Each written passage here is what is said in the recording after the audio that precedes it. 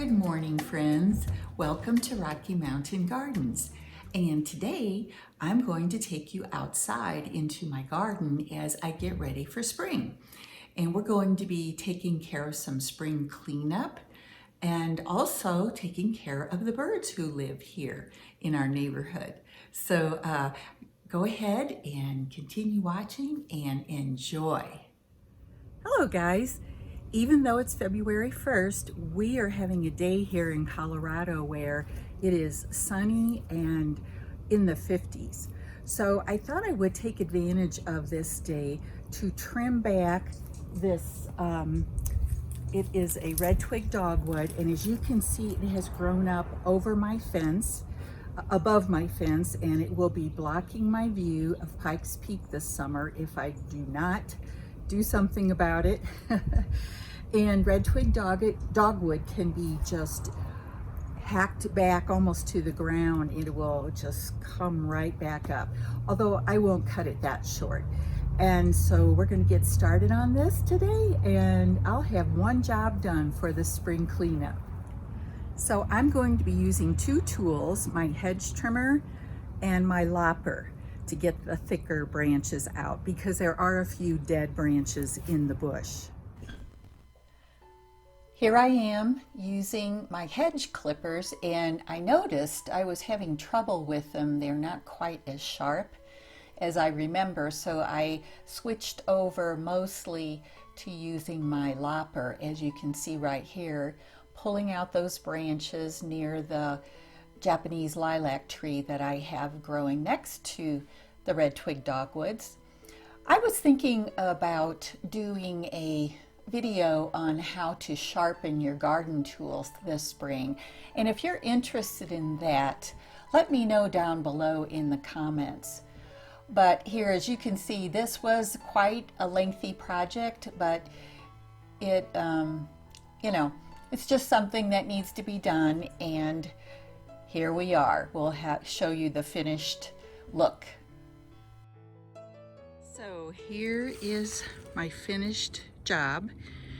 The bush looks so much better. It's thinned out and all the dead branches are gone. It's cut down below the height of my fence, so now you can see Pikes Peak off there in the distance on the left, so it's now going to be visible. And my tree lilac here is going to be able to grow well because the red twig dogwood won't be kind of interfering in its growth. Here is my trash can full of branches. It was quite a job, but I'm so glad I got it finished.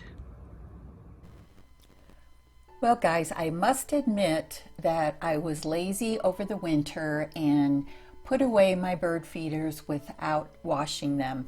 But here I am using very hot water and soap to clean out these bird feeders. I'm doing right here my favorite Hummingbird feeder, which is so easy to take apart and clean thoroughly all the parts of it. I highly recommend this one. And then next, this caged bird feeder that I put bird seed in is fantastic because it keeps the squirrels out and the large birds. They can't scare away your little songbirds. And as you can see, I'm using a bottle brush and hot water and really scrubbing it thoroughly because I don't know if you're aware, but there is a problem these days with some bird diseases that are spreading among birds, and sometimes they do that spreading at bird feeders. There's one disease called house finch eye disease, which is awful. I'm going to show you a picture here of a bird that has this disease, and it's very gruesome looking. But by washing your bird feeders thoroughly, minimum of once a month, and getting all that grime out and any bird seed that's kind of clunked together from moisture. Another good tool is a toothbrush, which can really get in any small places on your bird feeder and get every bit of that gunk out of there. There is another horrible disease called Avian Pox that can be spread through bird feeders as well. And here's another photo of a dove with this disease. And so to protect our birds, our native birds here in our country, it's a good practice to go ahead and really clean everything well, use fresh bird seed, and get, like I said, all the old bird seed that might be stuck in the feeder, really get it out, scrub it well, and your birds will be happy and healthy in your yard.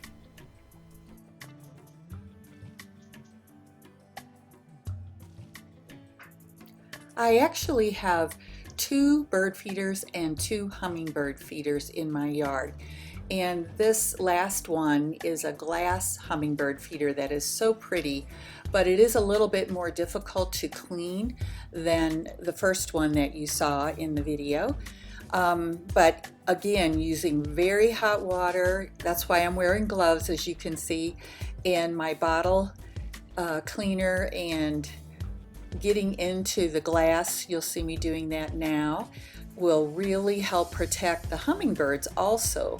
And you want to be sure during the summer, especially the warm months, that you do not leave your hummingbird water out more than 3 to 5 days without cleaning it, because it can grow mold in there and it can infect the hummingbirds and make them very sick. So in hot weather, be sure to keep them nice and clean, cleaning and refilling them about twice a week. And lastly, here are all of my bird feeders, brand new, spanking clean, and drying out thoroughly before I put them out into my yard. I am outside now, and here I'm showing you this thistle seed sock that I bought at Walmart, and these are pretty inexpensive. They're about, I think, $3 or so, and you can refill them with thistle seed, but I find that this works best with feeding my goldfinches. And sometimes house finches like to eat thistle seed as well, but I do love the goldfinches in my yard, and I love to attract them so I can watch them. Now, this next feeder that you saw me clean earlier is called the Squirrel Buster, and watch, I'm going to show you when a large bird or animal like a squirrel jumps on the perch, it pulls down and closes the opening to the feeder, so those pesky critters that scare away your songbirds or try to eat your bird seed can't get any. And the same thing with that caged bird feeder. I love it. And here I'm going to show you where I'm hanging up that caged bird feeder, which keeps out those large critters. I have a hook right here growing in my Virginia creeper. And the birdies are going to come and chow down now. So guys, now today it is March 12th, and we're having a lull in our snow, and also it's about in the 50s or so today. So I thought I'd come out here and do another job that can be done in early spring, and that is cleaning out all of my containers. And as you can see, I have all kinds of dead plants here. I'm gonna have to pull all of the dead vines off this little trellis in this large pot. I'm gonna get that all cleaned up, but I'm also going to do as many of my pots today as I can, since we're expecting snow tomorrow. But I can do this job and it will not affect the little animals that live and wildlife that live in my yard, because I'm still leaving the leaves and all the other dead plants down on the ground. I have cleaned up anything that was diseased, did that last fall, you know, looking for powdery mildew or any other problems. I did clean that up early.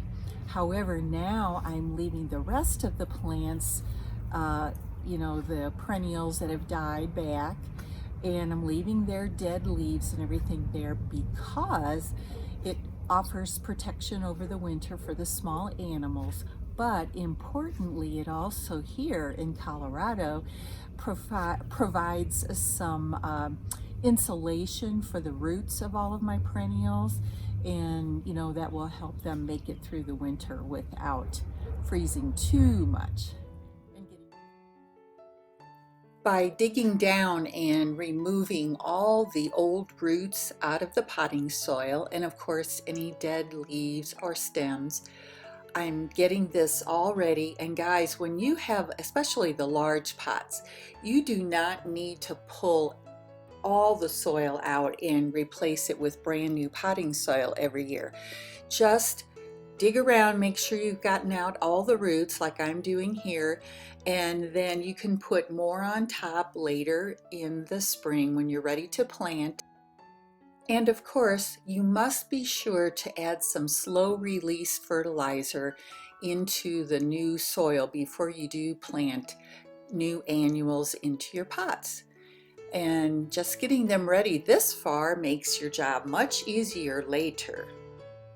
Gardening friends, I hope you enjoyed that little journey out into my garden and getting ready for the spring to come. And the tips that I gave you on caring for our birds as well.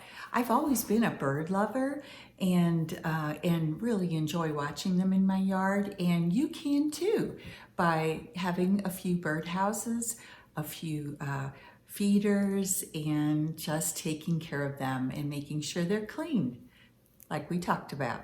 So until my next video, guys, I hope you're staying healthy and get outdoors and work in your yard, because it's something that you can reap a lot of benefits from later this summer as you enjoy being outdoors. Don't forget to subscribe, guys.